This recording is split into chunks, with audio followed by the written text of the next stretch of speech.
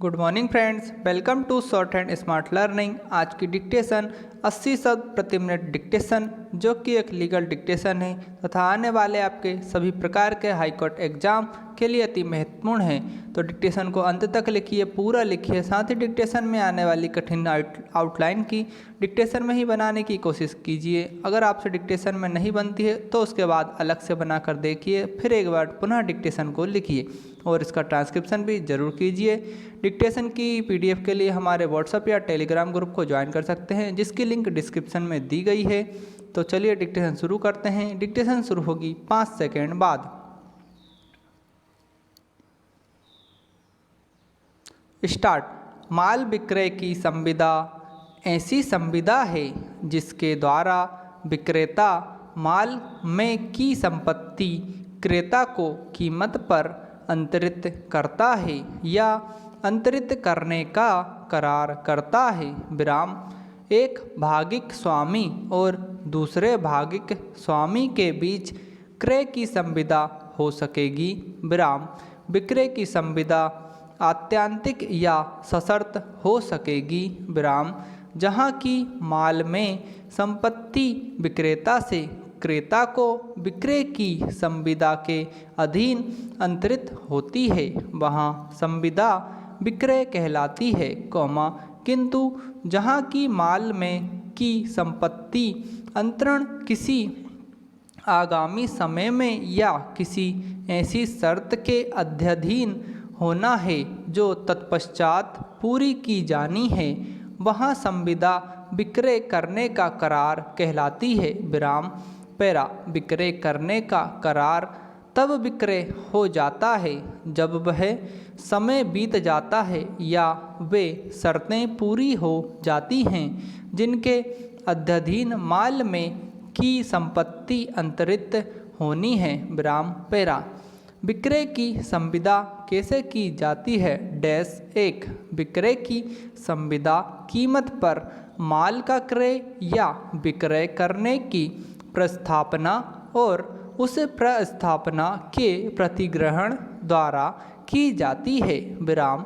संविदा माल के तुरंत परिधान के या कीमत के तुरंत संदाय के या उन दोनों के लिए अथवा किस्तों में परिधान या संदाय के लिए अथवा इस बात के लिए कि परिधान या संदाय या दोनों मुलतवी रहेंगे, उपबंध कर सकेगी। विराम।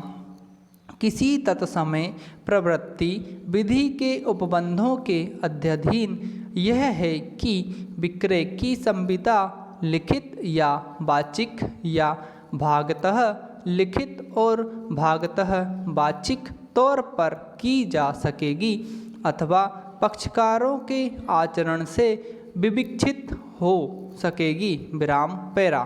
वर्तमान या भावी माल वह माल जो विक्रय की संविदा का विषय हो, या तो ऐसा वर्तमान माल हो सकेगा जो विक्रय के स्वामित्व या कब्जे में हो, या भावी माल हो सकेगा। विराम। उस माल के विक्रय के लिए संविदा हो सकेगी जिसका क्रेता द्वारा अर्जन ऐसी अनिश्चितता घटना पर अवलंबित हो जो घटित हो या ना हो। विराम। जहाँ की विक्रय की संविदा द्वारा विक्रेता का भावी माल का सांप्रतिक विक्रय करना तात्पर्य है, जब वहाँ वह संविदा उस माल का विक्रय करने के करार के रूप में प्रवृत्त होती है। विराम। पैरा। संविदा की जाने के पूर्व माल का नष्ट होना, जहाँ की संविदा विनिर्दिष्ट माल के विक्रय के लिए है, वहाँ यदि विक्रेता के ज्ञान के बिना वह माल उस समय, जब संविदा की गई थी, नष्ट हो गया था या इतना नुकसानग्रस्त हो गया था कि वह संविदा में के अपने वर्णन के अनुसार नहीं रह गया था, तो संविदा शून्य है। विराम। पैरा।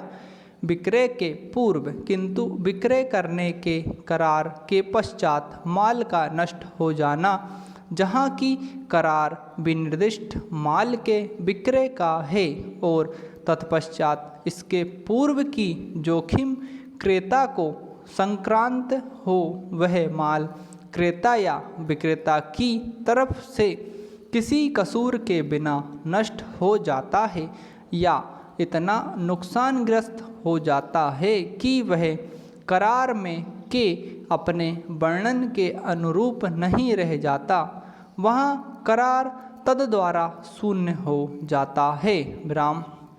कीमत अभिनिश्चित करना। विक्रय की संविदा में की कीमत उस संविदा द्वारा नियत की जा सकेगी या तद द्वारा कारित रीति से नियत किए जाने के लिए छोड़ी जा सकेगी, या पक्षकारों के बीच की व्यवहार्य चर्चा द्वारा अवधारित की जा सकेगी। विराम। जहाँ की कीमत पूर्वगामी उपबंधों के अनुसार अवधारित नहीं की गई है, वहाँ क्रेता विक्रेता को युक्तियुक्त कीमत देगा। विराम। युक्तियुक्त कीमत क्या है, यह तथ्य का प्रश्न है जो हर विशिष्ट मामले की परिस्थितियों पर अवलंबित है। विराम समाप्त। दोस्तों, आप लोगों को डिक्टेशन पसंद आई हो तो इसे ज़्यादा से ज़्यादा शेयर करें, साथ ही हमारे चैनल को जरूर सब्सक्राइब करें ताकि आपको इसी तरह की डिक्टेशन और एग्जाम संबंधित डिटेल्स सबसे पहले प्राप्त हो सके।